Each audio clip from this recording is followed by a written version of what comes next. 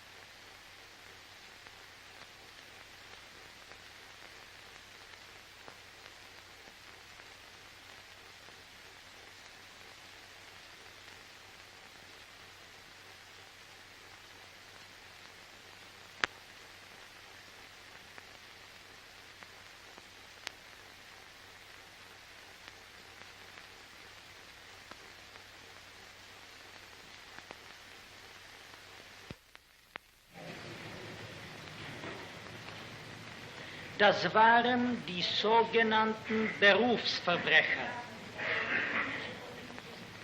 Die haben diese junge Burschen geschlagen und in schwerste Arbeiten geführt. Sie haben besonders in den Plantagen gearbeitet, wo man die Pfliegen, Sämaschinen, Straßenwälze anstatt Pferde und Motoren ziehen mussten. Auch bei allen Transportkommanden waren damals ausschließlich die russischen Kinder. Sie sind, glaube ich, am mindestens von 70% auf die Tuberkulose gestorben. Und die Reste wurden dann in dem Jahre Ende 1943 oder Anfang 1944 ins Tirol in einen Extralager geschickt worden. Dann nach den Kindern wurden drin mehrere Tausende sogenannten Ostarbeiter gebracht worden. Das waren die Zivilleiter, die von den Ostgebieten nach Deutschland verschleppt wurden und dann wegen Arbeitssabotage sogenannte ins Konzentrationslager gekommen. Außerdem sind drin die viele russische Offiziere und Intellektuelle gekommen.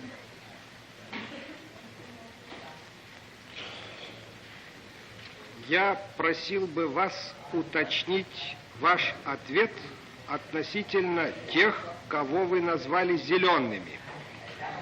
Правильно ли я понял вас таким образом, что эти уголовные преступники выполняли обязанности надсмотрщиков над теми заключенными, которые пребывали в лагерь?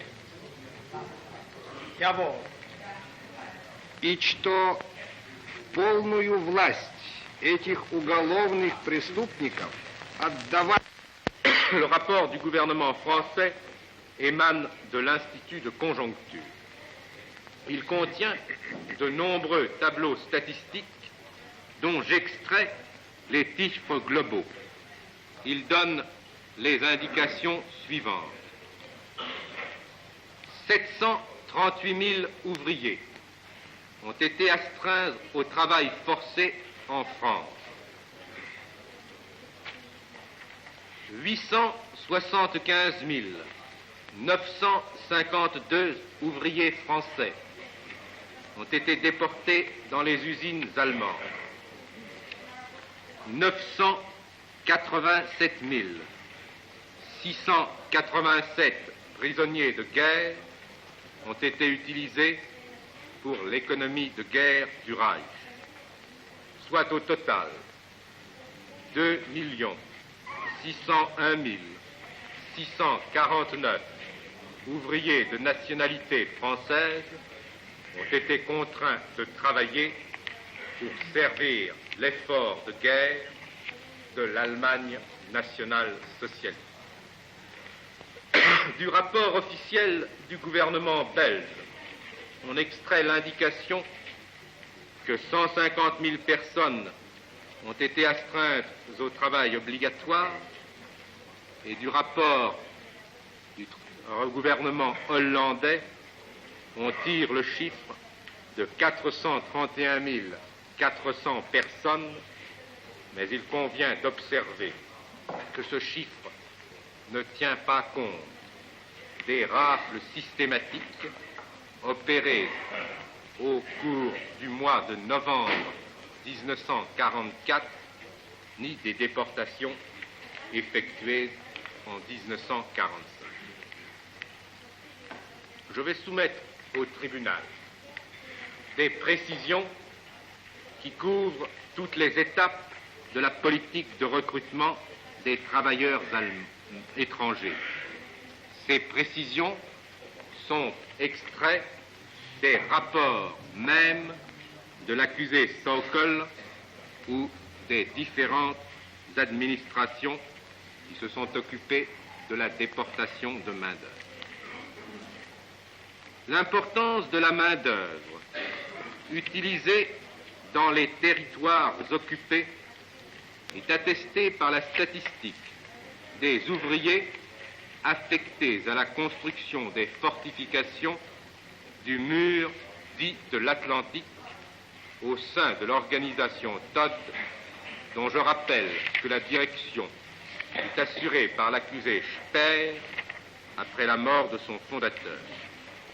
Je trouve cette statistique dans un télétype adressé le 17 mai 1943 par l'accusé Sauckel à Hitler.